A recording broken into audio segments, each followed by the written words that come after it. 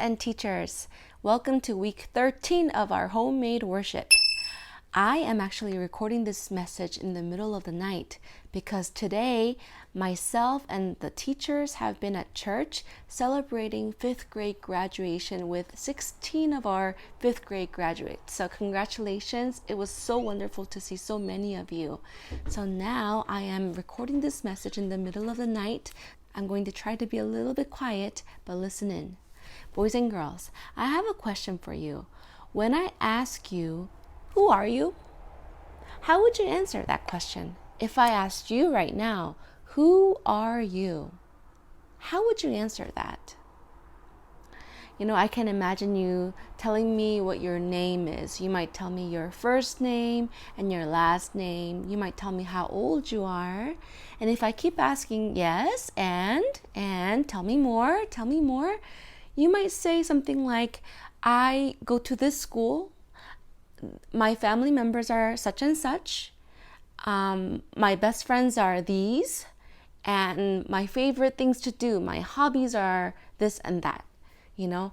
And isn't that true that when we meet new people, we like to get to know someone better by asking these questions? Like, how long have you lived here? Who are your best friends? What school do you go to? Where do you work? Well, boys and girls, it makes sense that we would get to know someone else by asking these questions. And it is definitely true that these things do describe who we are. But I'm going to ask you a question. What if those things that describe you change? What if you have to move to a different country because your mom or your dad got a new job elsewhere, and so your whole family has to move? That means you no longer live where you live. And if that were to happen, that means you no longer go to the school that you used to go to. And in that case, it's very likely that you would not see the close friends that you used to spend, every week seeing. What happens if your interests changed? What if you don't like the things you used to do before? Does that mean you changed? Does that mean that you are a different person now? Now, these are really good questions, and they lead us to ask, what makes us who we are? And today, I'm going to introduce you to a man in the Bible who is so interesting to me. His name is Job, and there's a book named after him in the book of Job. When we go to Job chapter 1, verse 1, it tells us a few things about Job. I will read it for us so we can get to know Job a little better. It tells us, in the land of Uz, there lived a man whose name was Job. This man was blameless and upright.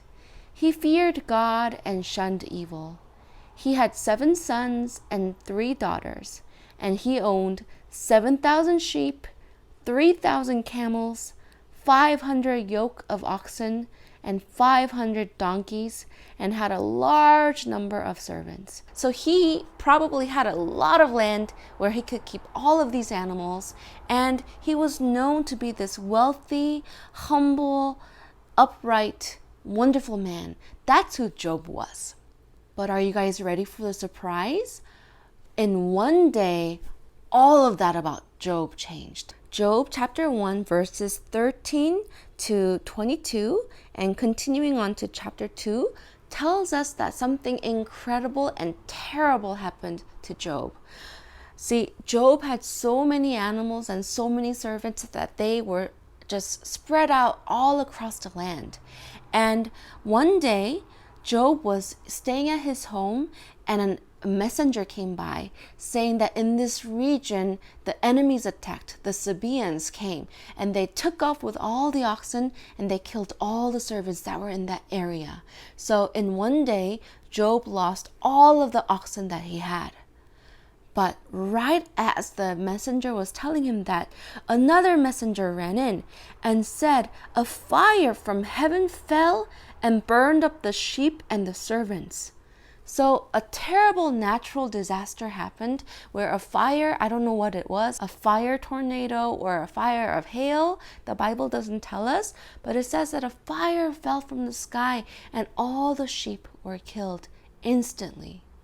So this is terrible news for Job. But that wasn't all.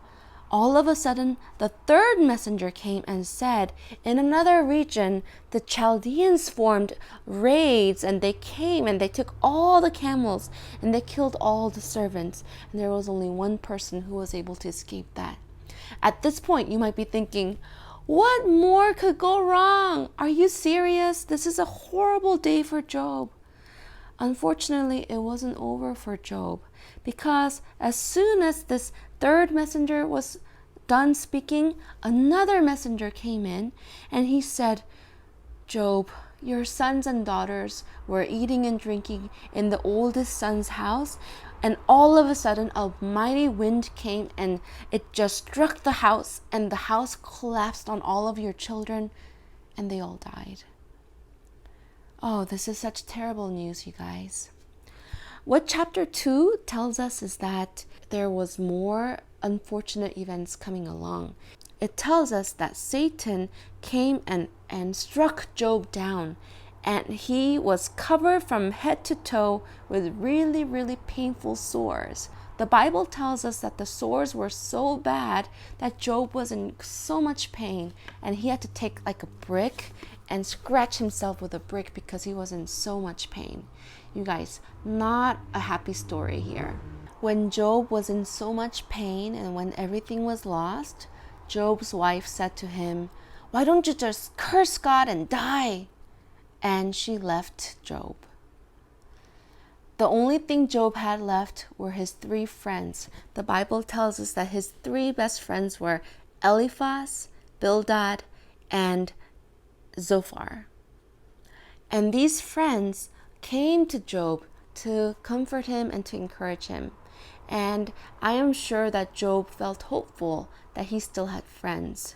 What's really unfortunate is that the rest of the book of Job tells us how the friends start to judge him.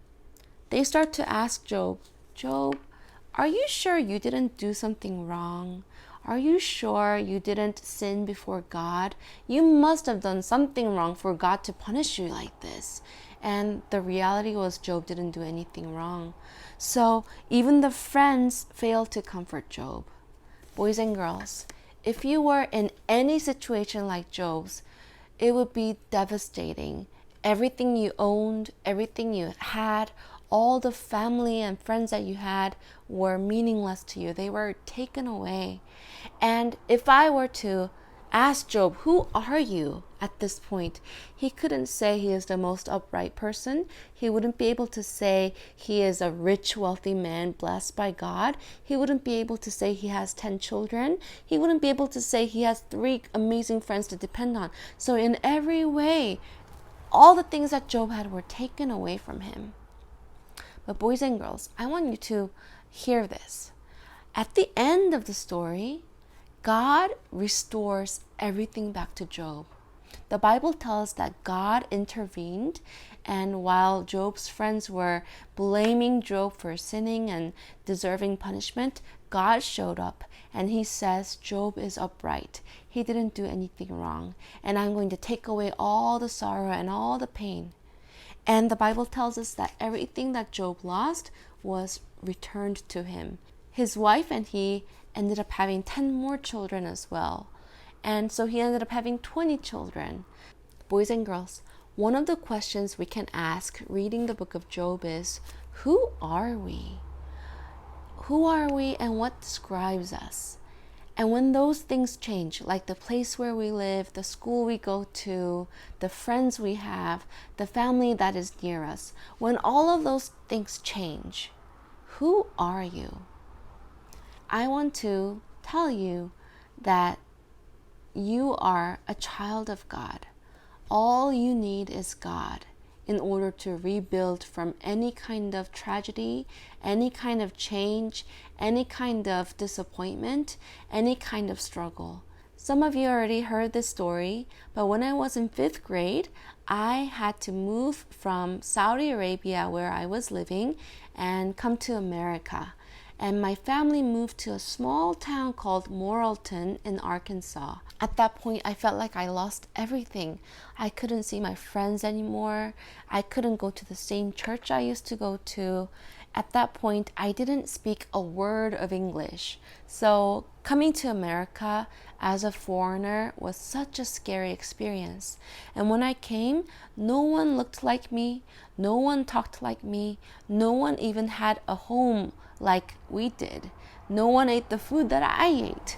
So at that point, I felt incredibly lost. I felt like Job in a way. I felt like I didn't know who I was.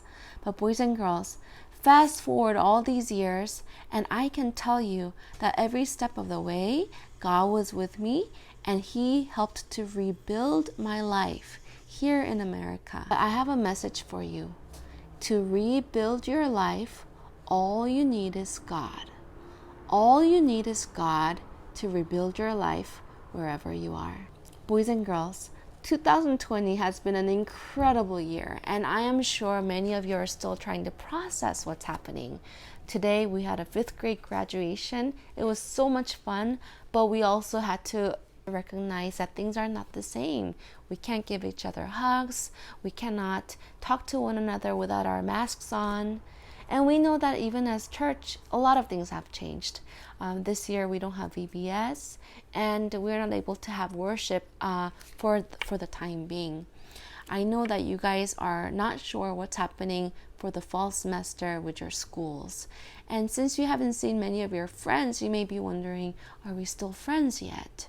Many of you are wondering all of these things, and I want to encourage you, boys and girls, God was able to restore even someone like Job from utter despair back to health and wealth and blessing. And I want to tell you from my personal experience that all you need is God to rebuild your life wherever you are and whatever you're going through. So my message to you today, as our 4th entry of COVID Diaries, is all you need is God to rebuild your life wherever you are. I hope that gives you hope and courage and excitement no matter what is happening in your life, no matter how many things are changing in your life, and no matter how unsure you feel about the future. God cares for you, and He's got your back. So don't fear, don't be afraid. All you need is God.